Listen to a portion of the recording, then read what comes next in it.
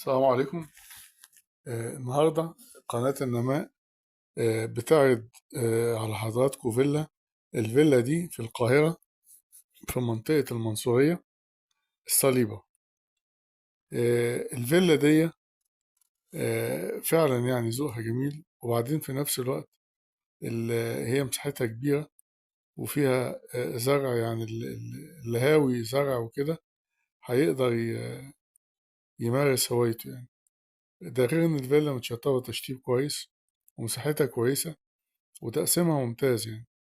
الفيلا دي مساحتها فدان وأربع قراريط، يعني حوالي، هو الفدان 4200 متر والإيراد حوالي 175، يعني حوالي 4800 متر.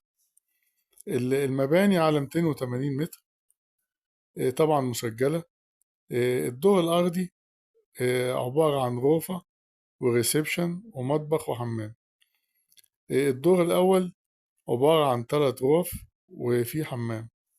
الدور الثاني عبارة عن 2 غرفة غسيل، وطبعا الفيلا فيها غرفة للحارس بمرافقها، وفيها كمان غرفة كلاب مجهزة، غير الجاردن اللي فيها كبيرة ومساحتها واسعة، وطبعا حمام السباحة اللي فيها ممتاز.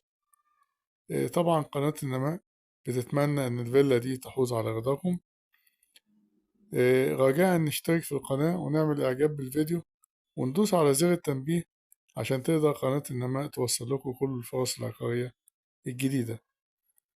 لمزيد من التفاصيل الرجاء التواصل على رقم 0120 180 8594، ده واتس وفون. وشكرا.